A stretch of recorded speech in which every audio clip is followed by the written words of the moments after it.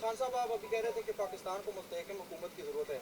ایک بڑی سیاسی جماعت کو انتخابات سے ظاہر نکال دیا گیا. کیا آپ کو لگتا ہے کہ اس کے بعد ایک مستحکم حکومت بن سکے گی؟ جی آپ نے جو بات کی میں نے کل بھی اپنے اس میں کہی ہے کہ جب کسی نے میرے سے یہ پوچھا کہ جی آپ کو ایک نشان جو ہے وہ ان کو الاٹ نہیں ہوا، تو میں نے کہا کہ میں ذاتی طور پہ سمجھتا ہوں کہ نشان الاٹ ہونا چاہیے اور اخلاقی طور پہ بھی میں سمجھتا ہوں کہ الاٹ ہونا چاہیے.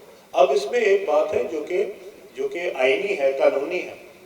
اب قانون کا ایک پروسیجر ہے، ٹھیک ہے. اگر وہ پروسیجر اڈاپٹ کیا جائے، ٹھیک ہے، تو کسی بھی چیز کے لیے جیسے کہ آپ ایک بنیادی اصول رکھتے ہیں کہ جی ہمارے ایسٹس جو ہے وہ ڈکلیئر ہونے چاہیے جب ہم اپنا الیکشن لڑ رہے ہوں، یا ہماری ڈیول نیشنلٹی نہیں ہونی چاہیے، یا ہمارے پاس جو یہ شرائط ہیں یہ پوری ہونی چاہیے جب تک کہ آپ وہ نہ. تو یہ قانون کے تحت اگر آپ کے اوپر کوئی آتی ہے تو میرے خیال میں جو قانونی پہلو تھے ان کو نظر انداز کیا گیا.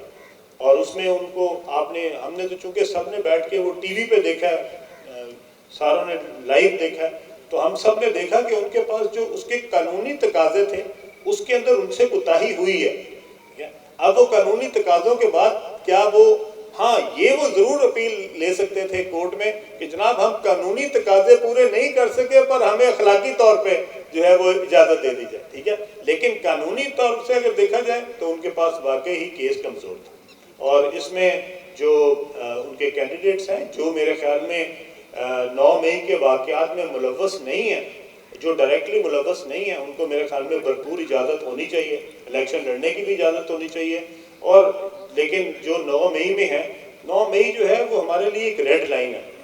دیکھیں ہم سب کچھ کر سکتے ہیں، ہم اپنے گھر میں بھی آزادی دے سکتے ہیں کہ ہم نے اپنے والدین سے اگر ہمیں بچوں کو اختلاف بھی ہو تو ان کو بھی اجازت دیتے ہیں، پر ہم ریڈ لائن کراس نہیں کرتے اپنے ماں باپ کے سامنے، ٹھیک ہے. تو ہر تقاضے میں، ہر رشتے میں ایک ریڈ لائن ہوتی ہے. یہ ملک جو ہے یہ سب سے امپورٹنٹ ہے، ٹھیک ہے. یہ جمہوریت اس کے بعد امپورٹنٹ ہے، ٹھیک ہے. سب سے پہلے ہمارا ملک ہے، سب سے امپورٹنٹ ہماری اسٹیٹ ہے، سب سے امپورٹنٹ ہمارے ملک کا رہنا ہے، ٹھیک ہے. ہم اپنے ملک کے شہداء کو ان کی تکریم میں بےعزتی نہیں کر سکتے. ہم اپنے شہداء کے مجسمے اٹھا کے نالوں میں نہیں پھینک سکتے. اس کے آگے کوئی اور بات نہیں ہے.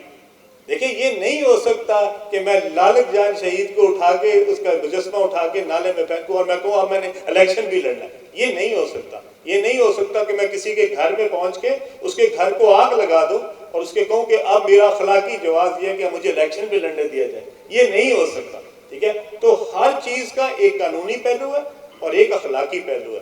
میرے خیال میں یہ دونوں 9 مئی والوں نے ان دونوں کی جو ہے وہ دھجیاں اڑائی ہیں اور ہم کسی صورت برداشت نہیں کر سکتے.